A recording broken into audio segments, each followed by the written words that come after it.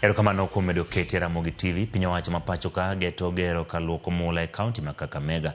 Maneno ni lengo mar mula omedore kapok ous. Giparo ni ochiw kod jagoro mag mwandu mag bulo Manohari Kimtai mokwayo jokuny mwandu mondo nene giluwo chike mogol.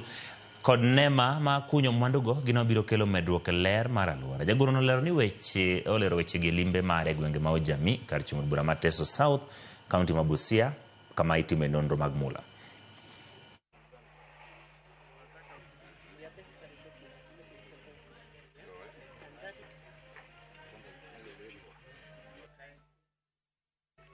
Like gold, for example, we are building a refinery here in Kakamega. So we are now going to refine our own gold. No gold will go outside Kenya without being refined. So we are going to create more employment. We are going to do a lot of value addition in our gold. So it is about compliance, and especially those who are mining.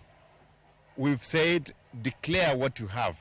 For additional miners, the cabinet decriminalized additional mining. So if whatever little you get, come forth, declare what you have, and pay the royalties, and you export or you process your gold to the next level. Tunaelewa kwamba haya maneno hayako tu hapa peke yake. Tuna story ile ya Bumutiru in Butula na area zingine. Kwa hivyo hii ni kama mwanzo wa kutusaidia vile tutafanya hapa, tuende kule pia, na mahali popote kuna uwezekano wa kupatikana madini.